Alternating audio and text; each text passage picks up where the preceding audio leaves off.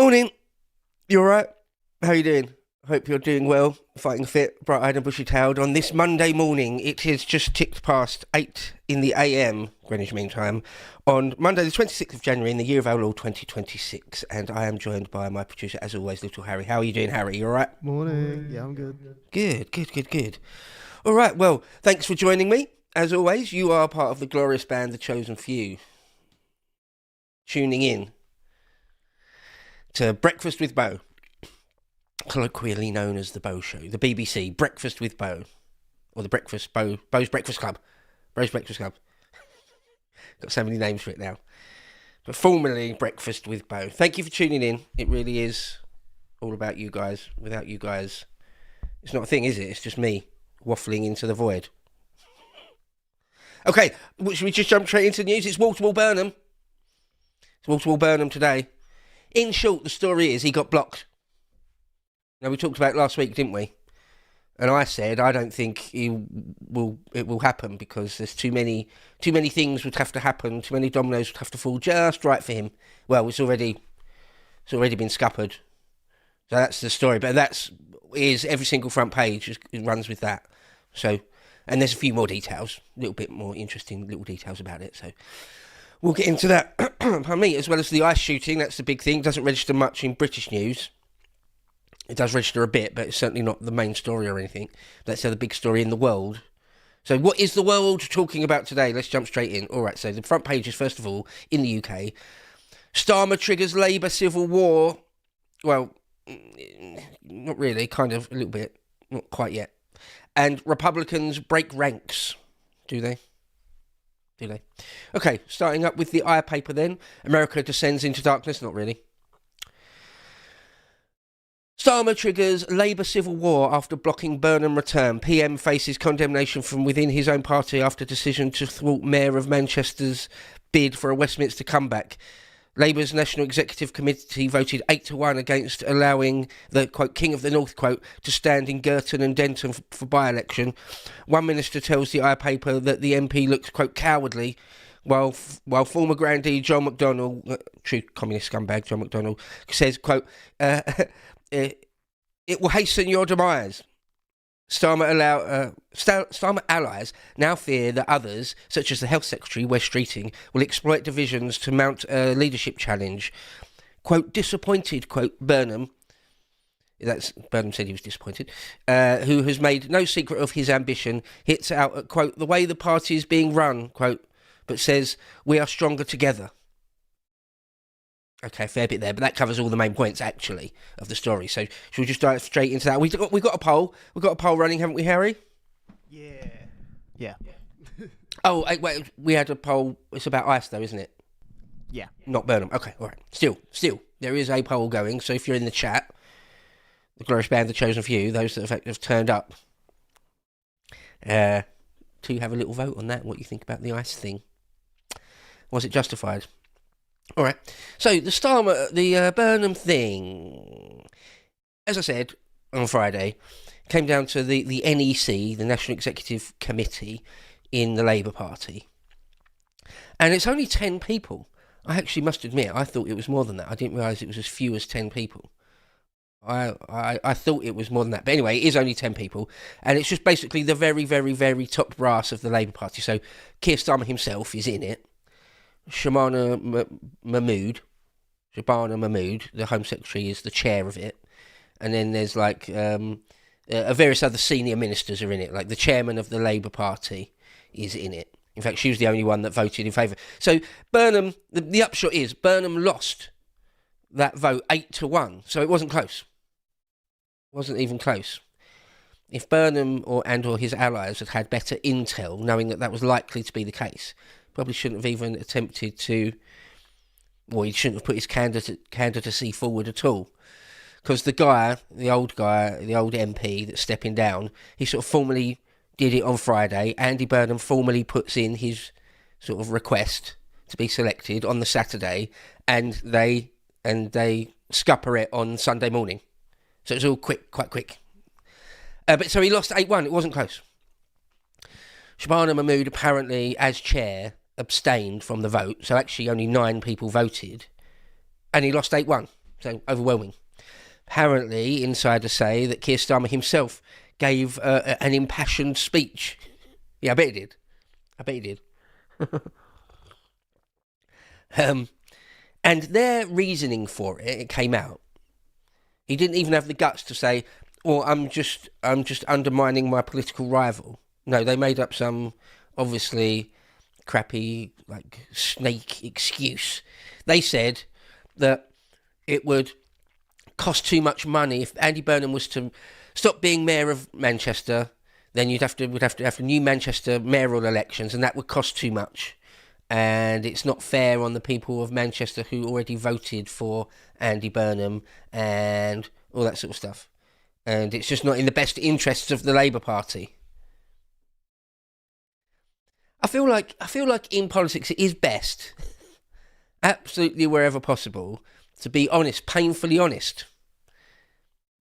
Like, if I was Starmer and I did this, played it like this, I really do think I would come out and say, yeah, it was because he was openly being sort of treasonous towards my leadership position, effectively.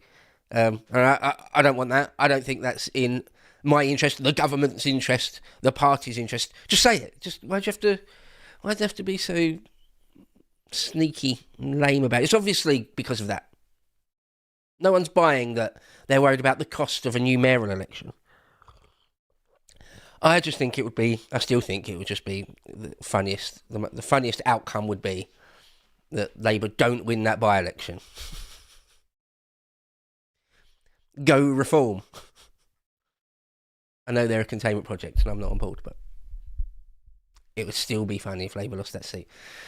All right, yeah, so a lot of the Burnham supporters, and Burnham himself, of course, are quite badly butthurt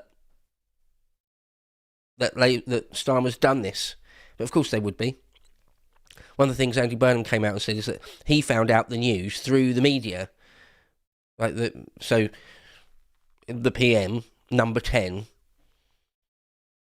they talked to the media before they talked to Burnham. They came out and said, bit of he said, she said, gossipy bit here, but they came out and said, oh, well, we rang Burnham, but he didn't pick up. Don't know if that's true. That's where the trail goes cold as far as the chattering classes are concerned. Apparently they did try and ring him and he didn't even bother picking it up. Or he's otherwise engaged. Who knows? And he said, that shows you the way the Labour Party is being run these days. But he would say that, his ambition, he will not be an MP, almost certainly now, unless there's some other by-election and the Labour Party decide at that point to let him stand. That's not going to happen. He's not going to be an MP.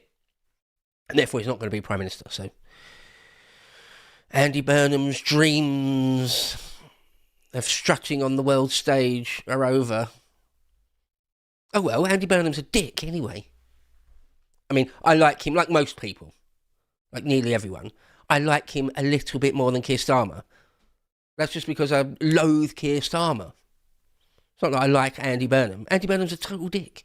He's a complete Blairite. He's an open borders, lefty, globalist, another empty shirt of a man. Another one. So don't shed a tear for Andy Burnham or his supporters. His supporters are some of the worst, like Clive Lewis or John McDonnell or whatever. Good. Bye-bye, Burnham. Bye-bye. Go off and be mayor for another few years and then disappear off into obscurity when you finally lose that seat. Good one. You'll probably get a very, very high-paid job on like the board of some big company somewhere doing hardly any work for loads of money. Go away now. Okay. What else was of any importance? Oh yeah, they're saying, and it's true, I think this is true, that it just sort of delays a serious leadership attempt against Keir Starmer, doesn't it? One or two people were saying that it's inevitable. It's just inevitable now that there will be an internal struggle for the top job within the Labour Party. And it will probably come either at the next local elections when Labour almost certainly will lose loads of councils. They'll lose tons and tons of individual councillors and lose control of loads and loads of councils. That's almost certainly going to happen. They're going to get decimated. Worse than decimated. They wish it was a mere decimation. 1 in 10 a decimation. It'll probably be much worse than that. So at that point, people are saying probably, well, they said it about Badenoch as well, that all the Tory people are lining up ready to stick the daggers in straight after the local elections in May, is it? I think they're in May. That Kemi Badenoch's days are numbered come May. People saying the same about Starmer as well. Whether it will be West Streeting or, I mean, who knows? There are a few names, a few faces, aren't there, on the front bench? But, I mean, Streeting's name seems to come up increasingly so. Will he be Britain's first openly gay MP? He is openly gay, isn't he? Not going to get slandered for that. I think he is. Anyway. Not going to get done for defamation. Am I? All right. So, okay, that's Burnham. It's wall-to-wall Burnham. I thought I'd give it a few minutes at the beginning because then I won't have to keep going over and over it. But you'll just see that all the headlines are basically all about Burnham. And, so Keir's position is, they called it cowardly. It kind of is, isn't it? I mean, if you were a strong leader, a real leader of men, real proper leader, you would sort of probably allow something like this, or at least talk about it openly, not pretend it's about the Manchester mayoral elections and the cost and the logistics of that. You say, right, bring it on, I'm the leader, and I properly have the support. If you properly had the support, and you led in the real sense, then somebody like Andy Burnham or West Streeting, you say, right, bring it out in the open, let's do it. Bring it out in the open, let's do it, let's see who's top dog. If you thought you were the legit anointed leader, you deserved to be there. But obviously, Keir Starmer is a complete Howard in every way. Certainly politically, isn't he? There's no backbone, none whatsoever. Okay, let's move on. The Times, the venerable Times. Labour MPs revolt over blocking of Burnham. China purges general who leaked nuclear secrets to the US. That's an interesting story. Later we might have a quick look at the Xinhua network website. There's no mention of it in the China media or in that news organ anyway. No mention of this story at all. But it's an interesting one.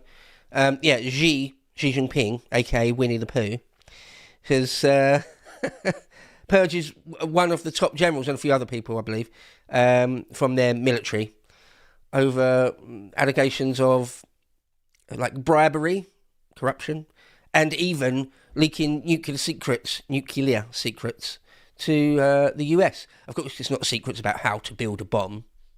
It's not the Manhattan Project. It's not 1946. But just things like China's strategy if they were attacked, how they would react, and where all their silos are. More stuff like that, really. It's just, I think it's interesting. It's sort of it's a real story, isn't it? Because there's still the Beckham story and other slop stories. Katie Price got married again for the 4th time. So where it's not an actual slop story, let's give it a couple of minutes. It's that thing that China and Xi do seem to really, really want to stamp out corruption. And good on them, I suppose. I hate corruption, political corruption. Who doesn't, right? What normal person that wants their country to work well doesn't? Right? Unless you're on the take, unless you're making money out of it, everyone's against it, right? And in China, it used to be completely endemic. In lots of countries, it's completely endemic. Lots and lots of countries. I mean, even in the West, it's still pretty endemic, but we sort of keep it a bit behind closed doors. We at least make an effort to pretend it's not happening or cover it up with various layers. Whereas in a lot of countries, it's utterly out in the open. Anyway, China, all through the Mao years and into the later 70s and 80s and 90s, it was just completely endemic. And they've been trying to sort of clean up their act over the last 10, 20 years. And Xi is certainly sort of on it. And it's good for everyone, really. Again, apart from the people that actually make money out of it. It's good for the country. It's good for the good. It's good for the running of the country in general. And so anyway, Xi has always been, to his credit, it's all about where credit's due. Small amount of credit where credit's due, even to Xi Jinping. So he's got rid of a few generals, but, commentators look on that and they're like, ooh, that could be something, there could be something sort of there, that, whenever the top political body, the top political players, start mucking about with the top military players, right, that's real power plays, that's real power politics going on. How much power does the military have in any given country is an important question. Because in lots of countries, for example, in Burma or Myanmar, as one example, on one far end of the spectrum, is that the military basically run everything. If there's any politics going on, it's because the military have allowed it to happen. Right? It's a military junta in all but name. Or sometimes quite openly so. Just the military will send a few tanks to their parliament building, say, no, the politicians aren't doing it right, we're going to take over for a bit. Right, that's at one end of the spectrum. And then at the other end of the spectrum is something like Britain, actually, where the military, like the military chiefs, they just do exactly as they're told. There's no question, really, ever. There's just no question that our military top brass would even really try to get involved in policy, would try and tell the defence secretary or the cabinet what they're going to do next. It's just not on the cards. No way. No. And then, of course, there's every shade in between. What's going on in China in those terms? Right? We think, don't we, that Xi is all-powerful, but we don't really know, really. Like, the actual inner workings of the Chinese state are something of a secret. I guess the people at Langley, or the NSA, or the DIA, and they probably know it in a lot of detail, but most people don't really know exactly the relationships between all the top players in China, and exactly the dynamic of the relationship between the military and the political apparatus in China. So when something like this happens, a lot of people look at it like, oh, I wonder if there's more going on behind the scenes there. If Xi has sort of prevented. There was some sort of coup going to happen, or possibly happen, or a plot, and he's just nipped that in the bud, or whether it was nothing of the sort. Who knows? It's interesting, though. I find that sort of thing interesting. It's a real story, isn't it, at least? All right. Let's move on, then. The Daily Express, oh, it's a good paper. They go with Labour war as Starmer blocks Burnham bid to be MP, yeah. The Spice Girls went out for Baby Spice's 50th. So, front page news there. Posh putting on a brave face. The Daily Telegraph. Again, there's Burnham. Got a little bit of a podge going on there, Andrew. Getting old. Can't help it. Labour in revolt over Burnham's stitch-up. Yeah, they've stitched him up. On another level, though, although it's cowardly, it is cowardly a bit, isn't it, politically, from Starmer. Also, on another level, don't blame him. It's sort of part of your job to try and, if you think it's in the best interest of the party and the country, to not have leadership bids against you. I would just have been honest about it. I think if I was Starmer, if I'd been quantum leaped into Starmer's body on Friday or Saturday, I probably would have done much the same thing. Well, I would have done the same thing, but just when I talked to the press about it, just would have been honest about it all. Just would have been upfront and honest about it. It's like, yeah, the guy wanted to try and coup me. He wanted to try and rip the party in half. I'm not going to allow that to happen. Sue me. That's what I would have done. That's what I would have said. Just be honest about it. But no, he can't. Okay, 700,000 graduates claim jobless benefits. Bit bad, isn't it? I must admit, undergrad degrees, are sort of worth less than they used to be. I don't think that's just an old man curmudgeonly thing to say. And I mean it in a broader sense. I mean, if you go back to sort of the 1950s or the 1960s, say, an undergrad degree was sort of worth a lot more, just in the minds of employers, I mean. Even when I finished uni like 20 years ago, over 20 years ago now, I got a degree that was in the humanities, right? Ancient history. Doesn't necessarily mean you're going to be any good at any particular normal, like, office job, right? It's not computer science or anything. I had no specific, specialised skills that would help me in the workplace. Being able, having read Herodotus doesn't mean you're going to be good at spreadsheets, does it? However, even back then, I'd go to interviews and they'd be like, oh, they'd be like reasonably impressed. Oh, you read that there, did you? You went to that uni and did that course, did you? Oh, interesting, okay. Whereas now, I imagine that a lot of, 700, to the tune of 700,000, you go and get a job interview and you're like, oh, you did, like, tourism at Colchester University. That's worthless. You did gender studies, did you? Oh, well, there you go. I think still a proper degree, a good degree in a proper subject from a really good uni. Like, you got a first in physics from, like, one of the better Cambridge colleges at Cambridge University. That is still of value, isn't it? Okay.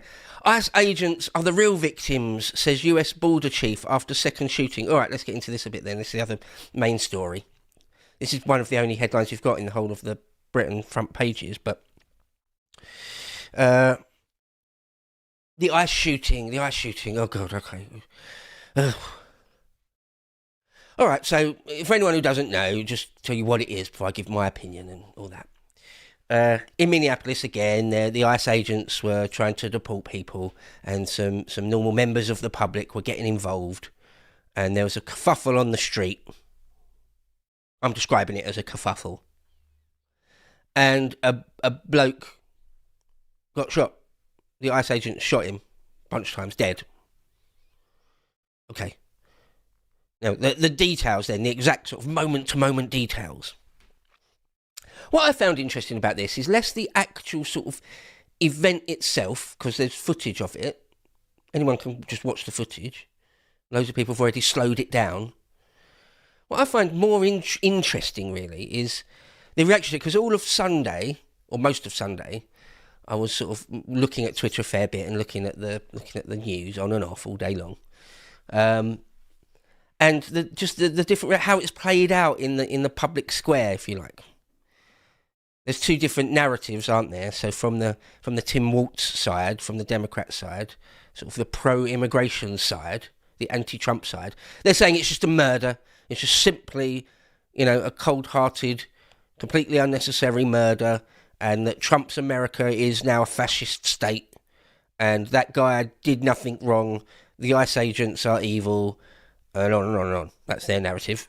The other side of the narrative coming out from Kristi Noem and, more American patriots and stuff, pro-Trump people.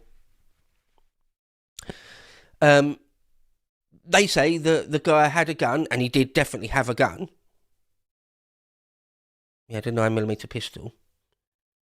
They're saying he was like, he was, a danger, a clear and present danger, resisting arrest. He was resisting arrest. And that the ICE agents fired in self-defense, and that he's a domestic terrorist. Kristi Noem called him a domestic terrorist, I believe. Or she did, yeah. So, okay, right, they're the two narratives. Let's start there. And then we can drill down into exactly what happened. And it got real murky real quick. People saying, oh, he didn't have a gun, it was a mobile phone. And then later it emerges that he did have a gun. He did definitely have a gun. And then they're like saying, oh, but it was like in his waistband. He never actually got it out. He never like pulled it out and like pointed it at them. And I was going, yes, he did. And then there's another image, like sort of the instant he's getting shot, and he seems to be holding something in his hand, but it's neither a phone nor a gun. And then other people saying, well, that's an AI image, though, right? It gets murky real quick. Thing I would say, I suppose, if I just give you my take on it is this. I'll probably catch some flack for this from the audience, but hey. Once again, another quick element says that one ICE agent, when the guy's on the ground, pulled the gun either out of his pocket or out of his waistband, disarmed him of his gun. And as he was sort of backing away, there's a suggestion that maybe that gun went off sort of accidentally, an accidental discharge, and that spooked the other ICE agents, and that's what made them start shooting. Because it does look like when they shot him, he didn't have anything in his hands, or certainly not a gun. Anyway, okay, so my take is this. Again, if I was one of those ICE agents, I wouldn't have started blasting. However, I can't escape the feeling that if he hadn't gone there, and if he didn't have a gun at all, and if he wasn't resisting arrest, he would be alive right now. Surely that's true, isn't it? Surely that's true. The ICE agents are doing their thing, and he inserted himself into that. Don't do that. If you're really gonna do that, probably don't take a gun, even if it is just in your belt. Probably don't do that. And then when there's like 5 ICE agents wrestling you to the ground, they feel the need to pepper spray you and sort of uppercut you in the face because you're resisting arrest. Don't turtle up and resist arrest at that point. He got himself killed. I think he got himself killed. Yeah, if I was one of those ICE agents, I never saw that guy pointing a gun at me or anything, so I probably wouldn't have shot him. But there you go. The other thing, which is fair to say, I think it's fair to say, and that people say that defending, they're on like the ICE agent side of the ledger, they say it's all very well to watch it in super slow motion 20 times on the internet. In the moment, the ICE agents haven't got that luxury. That's a fair thing to say. That's, their blood was up. They don't want to get shot. They want to go home that day. Right, donut operator always says that. Right? They're going to go home. So if they're worried that they might even get shot, they start blasting. They even remotely, 1% in their mind. Oh my God, bang, bang, bang, bang. So don't insert yourself into these things whilst armed and then resist arrest. If he hadn't done what he had done, he would be alive, wouldn't he? Would he not? All right, that's my take. That's my feelings about it. Take it or leave it. All right, what else we got? The Daily Mail. Oh, look, Posh and Baby. There.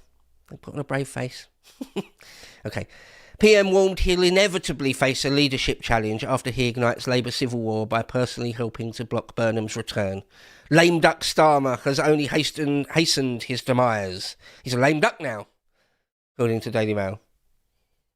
A lame duck. I mean, he's not. Really. But has his authority been undermined on some meta level? Yeah. Good. I hope the Labour Party rips itself apart. Sort of Boris Rishi style. That'd be nice. The Metro. Harry.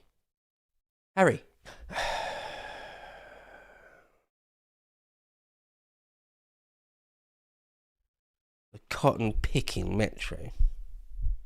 Jeez Louise. All right. Labour leadership crisis deepening. Burnham bid for comeback thwarted by a wary Starmer. Yeah, okay. The Financial Times. Republicans break ranks as Trump faces rising backlash after shooting. Not sure if he does particularly. Second Minneapolis death stirs fury. Immigration push under fire. Democrats threaten shutdown. Yeah, like those on the left, of course, enemies of America and the social fabric of the United States. They're saying, oh, this is a massive thing.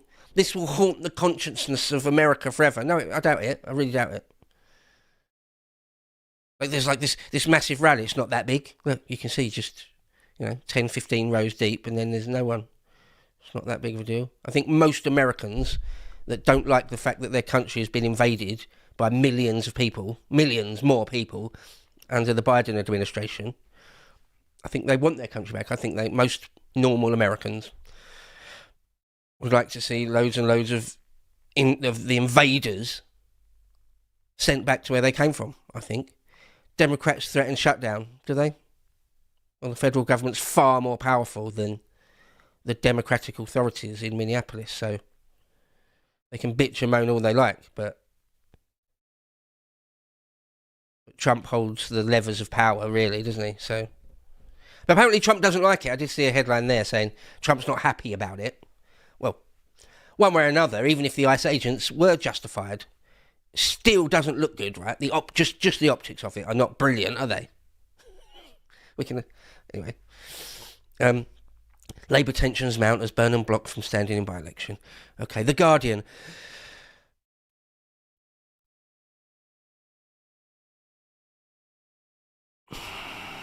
The Guardian. Labour faces risk of party civil war after PM blocks Burnham return. The sickening lies. The sickening lies around that shooting. Not the sickening lies that Waltz said. Not the sickening lies about, diversity being a strength and open borders being a good thing or anything. Not those sickening lies, no. No. I mean, Kristi Noem called him a domestic terrorist. I did see some evidence floating around Twitter saying he was involved in some sort of actual group, movement or organisation, one thing or another, that was deliberately trying to target ICE operations and, disrupt ICE operations. I don't know if that's true. That's just scuttlebutt I saw on Twitter. I think we'll have to wait to see before those things are, really, really confirmed one way or another. But anyway, yeah, there's loads of stuff flying around. Like, already, it's a psyop. He's not really that guy. He's a Mossad agent, or he's actually like some sort of sex criminal in his private life, and all sorts of stuff flying around on both sides. It's crazy, isn't it? Now, the open forum. I like it though. It's interesting. It's funny. It's mad. It's mad. Anything that could be said or alleged is. Okay, The Mirror. Still going with the Spice Girls there. Labour civil war erupts. Strong storm tactics. Like strong arm tactics. Strong storm tactics. The Mirror. Okay, The Sun. They go with Katie Price getting married. Jordan. Deary me. Deary me. Katie married at first sight. So the guy, she's her fourth hubby, this fella. They only met a few days ago. Apparently he tried to marry someone else just a few weeks back. I guess he got a knockback from that. And he proposed to that woman, whoever she was, in exactly the same way as the way he proposed to Katie Price. Okay, who cares? Moving on. We don't want slop. The Beau show is going to keep slop to a minimum. So we'll just quickly move on from that. Key crisis over MP ban. Crash and Burnham. It's poor, isn't it? Crash and Burnham, really? Crash and Burnham. Okay. The Independent. Trump backs down in row over British soldiers, describing them as great and very brave. That's a little bit in the news over the weekend, has been interesting, where, if you remember, we covered it on the show on Friday, where he seemed to suggest that NATO troops in Afghanistan didn't do as much fighting as perhaps they could have done. There was backlash about that. And he's backed down, or rode that back a little bit, saying that Britain, at least, were great and very brave. So there you go. It's still been a teacup thing. I think he was talking much more broadly about NATO rather than specifically the British contribution in Helmand. But anyway, all right. Burnham takes a fight to Starmer with bid to become MP. Failed bid. Oh look, Jay from the In-Betweeners is on the front page of the Star. The Star thinks that's the most important thing today. That Jay from the In-Betweeners has made something on the order of £2 million. Well, he's got a podcast. It's not bad, actually. I've watched a bit of it. It's just him and his wife, his missus, sitting there talking about stuff.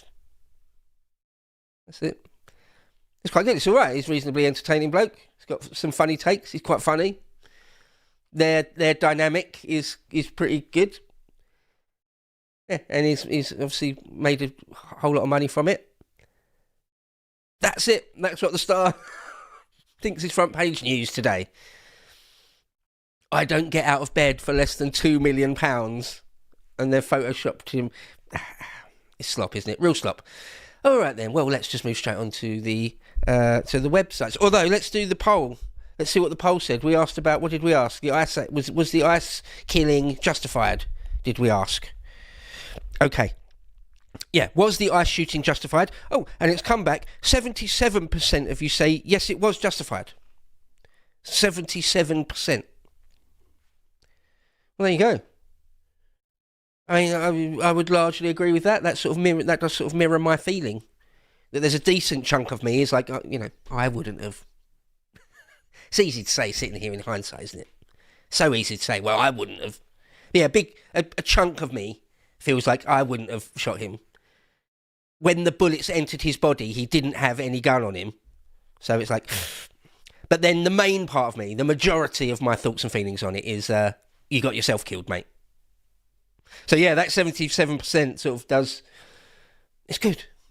It's good that me and my audience have nearly always got more or less exactly the same thoughts and feelings about stuff. We've yet to have a poll, haven't we, where it's a stark contrast between my take and what you guys think. We haven't had that yet. It'll happen one day. I'm sure it will happen one day. I'll be in trouble with my own audience. But so far, we're good. We're good. It's all good. Okay. Let's have a look at the websites then. Let's have a look at ye olde websites. Right, the BBC. They lead with the Minneapolis protest stuff, but we've talked about that, so we'll move on. Yeah, analysing it frame by frame. Captain Hindsight. The Burnham thing. Oh, there's an interesting story. Just about the MI5. Military Intelligence 5. The internal security services for the UK. It's just quite an interesting story.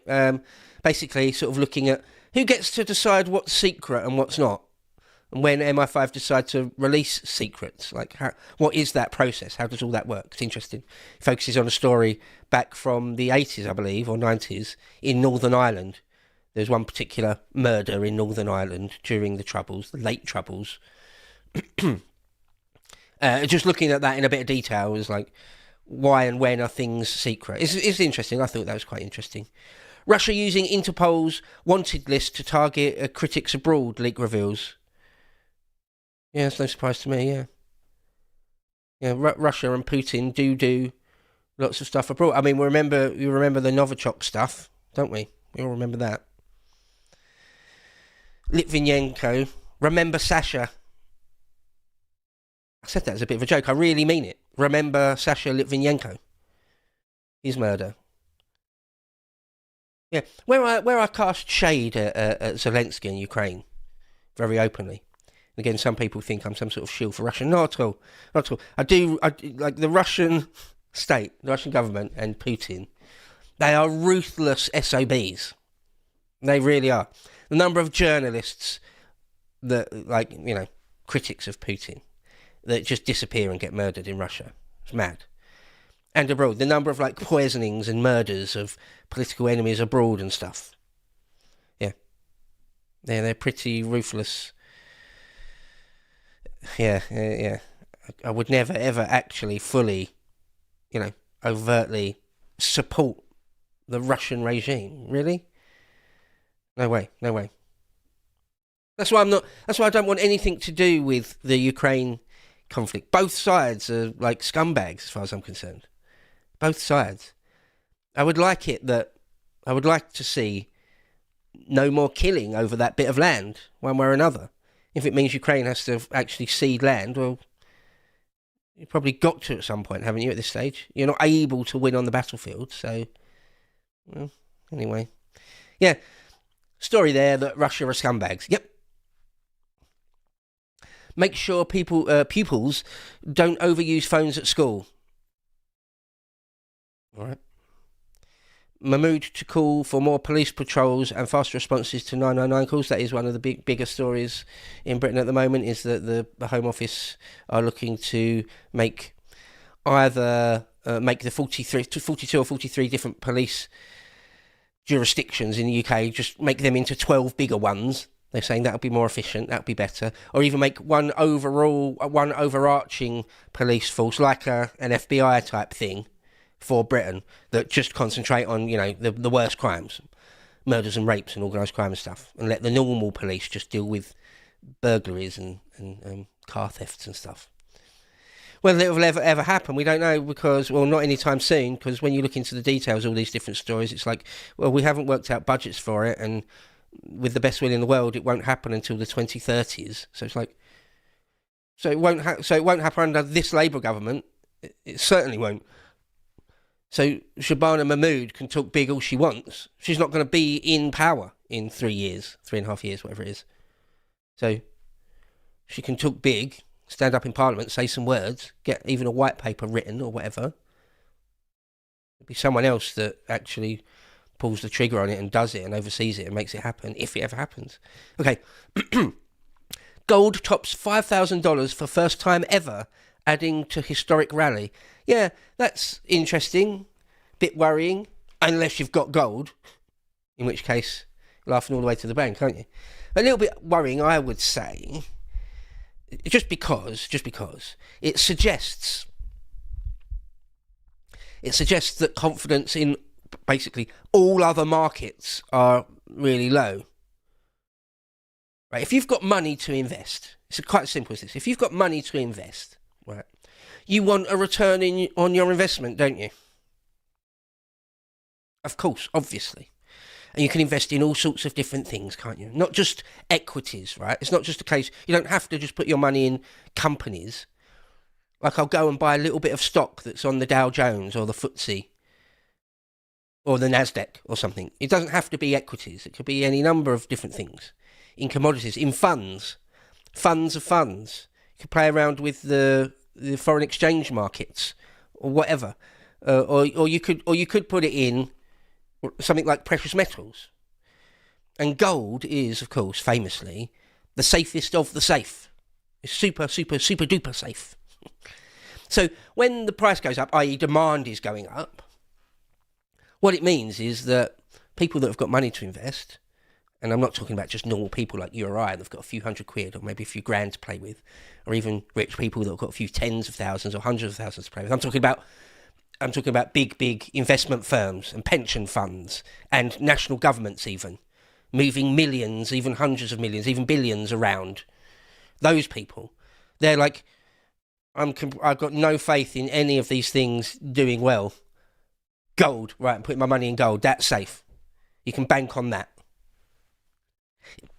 It just suggests, doesn't it, that there might be something coming down the pipeline, some sort of big financial crisis coming, because those in the know are thinking, I don't want any part of this action, anything other than gold. I don't want any part of it. It's too risky. You know, the art of risk management. I'm just going to slowly back away from any sort of risk management whatsoever and just put my money in gold, where there's no risk, essentially. I mean, there is still a bit, but it's a little bit worrying. All right, let's move on then. Let's have a look. ITV. It's all much the same. Burnham stuff. Was there actually anything of different? Okay, let's have a look at Sky News. Clinton and Obama urge Americans to stand up as Trump considers insurrection act in Minneapolis. Oh, do they? Thanks for that, Bill.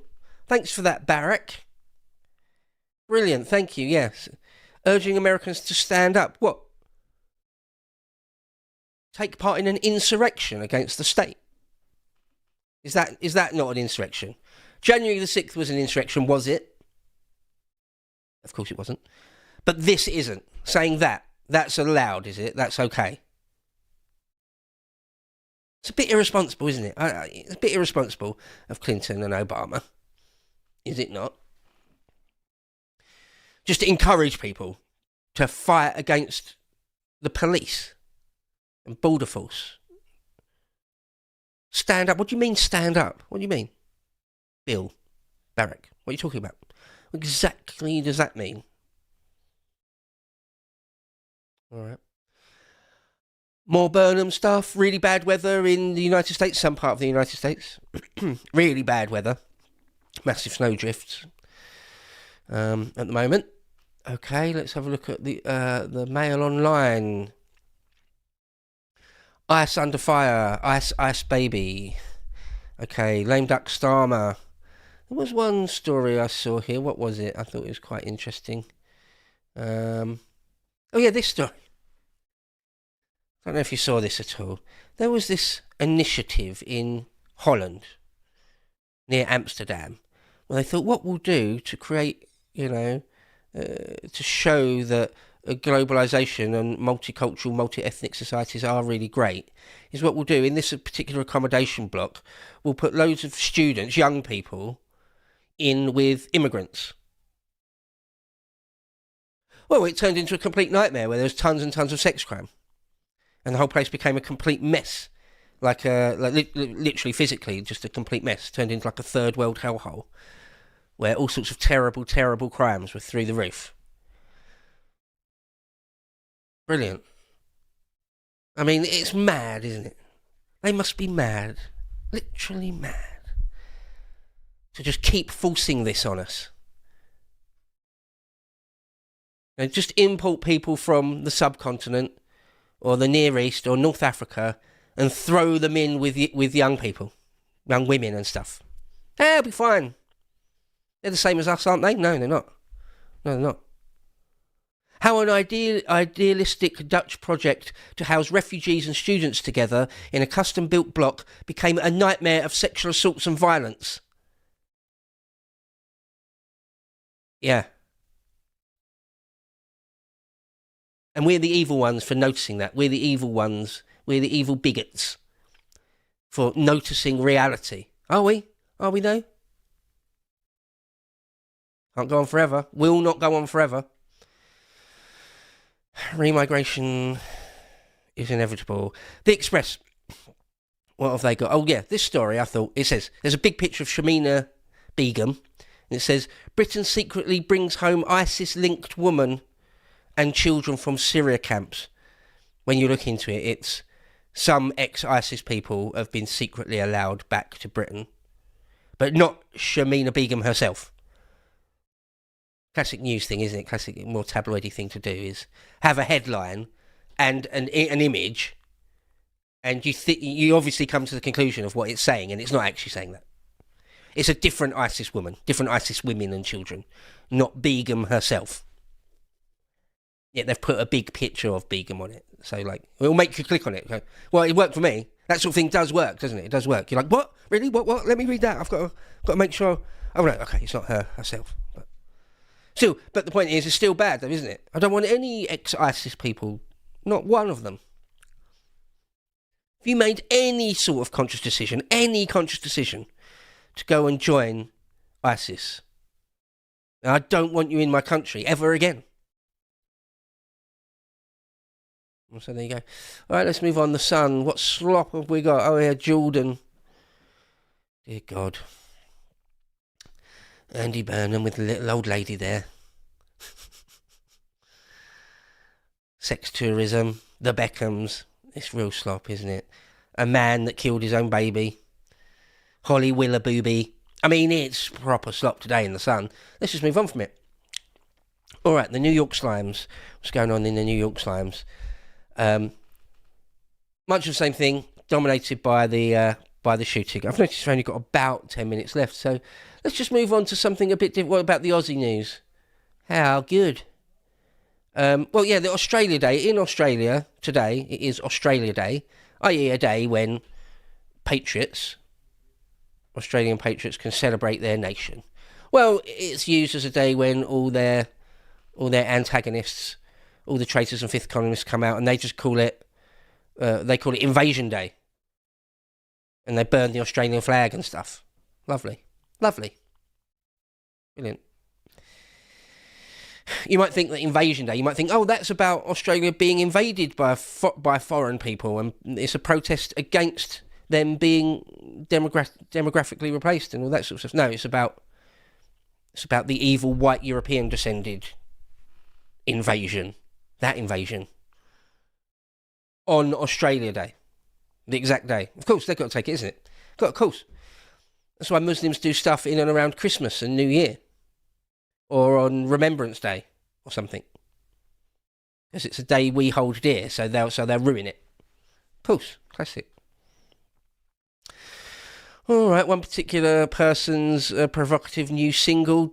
Don't care. Don Bradman's hat goes on sale. One of the greatest cricketers of all time, if you didn't know.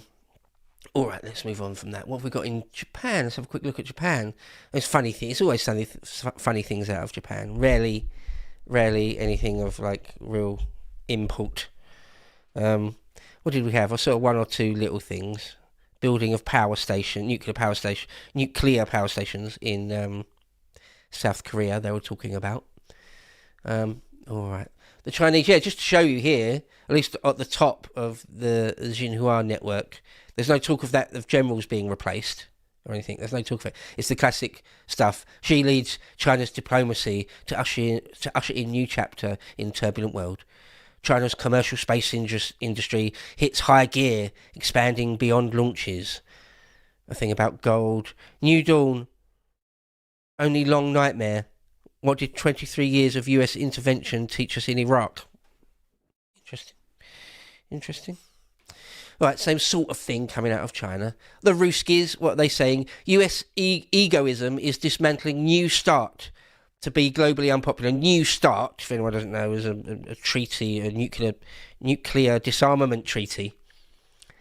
Where Russia and America basically say, let's both sort of reduce how many nukes we've got, because that's best, isn't it, for both of us and the whole world and humanity. Let's do that. That's what the New START is.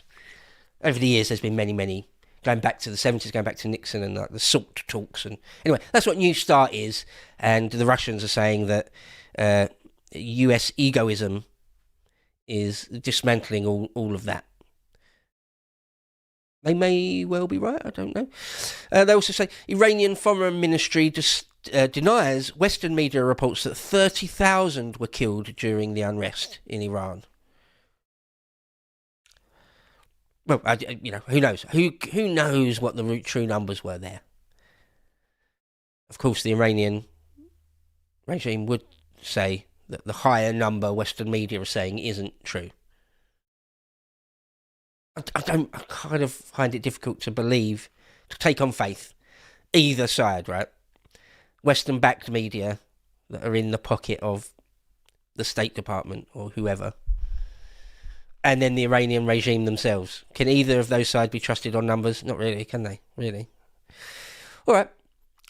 Let's move on. What are the Germans talking about today? A big car crash. I said I would consider replacing Bild with another German one, but I looked at it a bit at the weekend, and it really is sort of the biggest news organ in Germany. So sloppy as it is, I'm going to keep it, but I just won't spend all that much time on it. Oh yeah, Alex Honnold there. I was going to talk about this earlier, but if anyone who knows Alex Honnold, one of the greatest, if not the greatest living free climber in the world, climbed up the outside, being allowed to by the authorities. He climbed up the outside of the Taipei 101 building in Taiwan, one of the tallest buildings in the world, 101 floors, without any ropes or any backup, just a bit of chalk for his hands. That's it. He climbed up the outside of it. Insane. There was a documentary all about him. I think it won an Oscar actually, about him climbing El Capitan, one of the most difficult cliff faces in the world. And he climbed it. Again, free climbing. That is without any ropes. He was on Joe Rogan once. Very, very interesting individual, I think. Well, he in and of himself isn't all that interesting, but what he does is fascinating. Incredible. In fact, I wonder if... Well, there he is, standing at the very top of it. Am Ende steht ganz oben. Let's not have any German commentary on it. But yeah, there he is. I just think absolutely crazy. And there's a few clips where I see him climbing around bits of the tower that he needn't really have climbed, like making it a little bit more difficult for himself, deliberately. I think, I might be wrong, because I'm no free climber, right? I think it was easy for him. Like that bit, look at that bit. He doesn't need to be climbing around that feature of the building. Doesn't need to be doing that, from what I could see. Yeah, I think his skill set climbing up that was not technically all that difficult. But still, I mean, wow. I've got nothing but awe for people that do remarkable things like that, remarkable feats. I couldn't do it. My legs would go to jelly. I couldn't do it. Haven't got the grip strength. You ever try climbing? If you haven't got grip strength, you haven't got good forearms, decent shoulders, there's no way. All right, moving on. The French. Former French Prime Minister Gabriel Attal pushes ahead with presidential bid despite doubts within party. So it looks like there will be, and there's talk of other people. Philippe hopes to succeed Macron. That I feel like Macron's time in power is coming to an end. Not imminently, probably not imminently anyway, but at the next presidential election, if it's not Le Pen, she might even be in prison.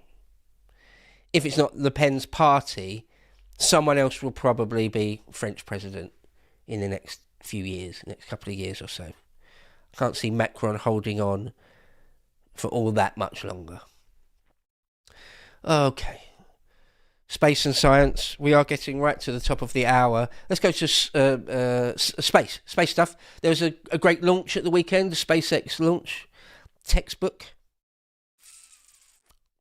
It launched perfectly. Did its mission perfectly. Splashed down in the ocean and blew up, but it was supposed to do that. That wasn't a fail. In fact, the fact that Starship didn't blow up on re-entry was interesting. They were sort of testing it to the limit. They sort of expected that it very may well break up on re-entry. You know, you deliberately test things to destruction, right? And it didn't. It survived it. So it was actually a roaring success, the SpaceX launch over the weekend. Oh, there's a story here that NASA and the DOE, what's that, Department of Energy, to collaborate on lunar nuclear reactor development. Okay, that's cool, because you'll need power. If we're going to have permanent or semi-permanent manned bases on the moon, which is the idea, if we're going to go to Mars, we'll need something like that. You want power. You're going to need power there, aren't you? So reactors for power. They're working on that now. There's a picture of the. There you go. There's a lovely picture, isn't it? Those are giant rockets, by the way. They're on the scale of Saturn V. The biggest rocket, you know. It's a gigantic thing. Can only imagine the noise and like the feel of it. I'd love to go to Cape Kennedy. Or was it Cape Canaveral? They keep changing it, don't they? I say keep changing it. They probably haven't changed it for 20 years, but so either Cape Kennedy or Cape Canaveral. I can never remember which one. I'd love to go there and experience a launch. You've still got to stand like 5 miles away or 10 miles away or whatever or more. But the noise and the rumble through the earth and the visual spectacle and everything. I'd love to do that. I'd love to see that. That's on my bucket list. Maybe one day. All right.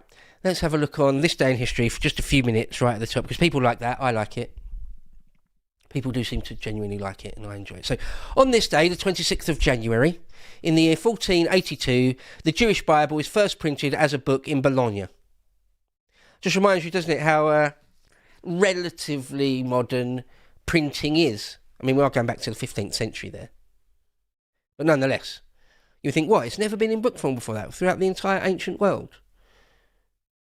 It was as late as the 15th century, yeah. In 1531, Lisbon was hit by an earthquake and about 30,000 people die. Mad, isn't it? Probably never heard of that one. I'm not sure I have. Well, buildings weren't built to high spec back then, weren't they?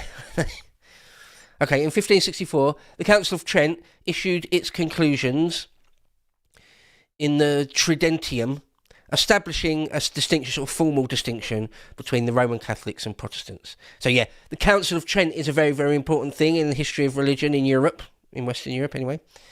Where the Catholic Church sort of couldn't really deny that there'd been some sort of split or schism, right? Can't really deny anymore that Lutheranism and Calvinism and things, that they're not just going to die out and go away. The Council of Trent, very important, very interesting.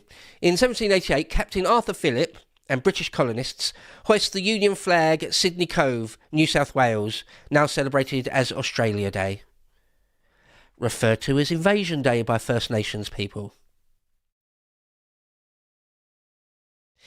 In 1998, Bill Clinton says, "I want to say one thing to the American people. I did not have sexual relations with that woman, Miss Lewinsky." End quote. Well, I don't want to get too crude because it's a breakfast show. In fact, it's difficult to talk about it with any detail without immediately getting too crude for a breakfast show. But let's just say, although he didn't have sort of full sexual relations with Miss Lewinsky, all sorts of stuff did go on. All sorts of stuff.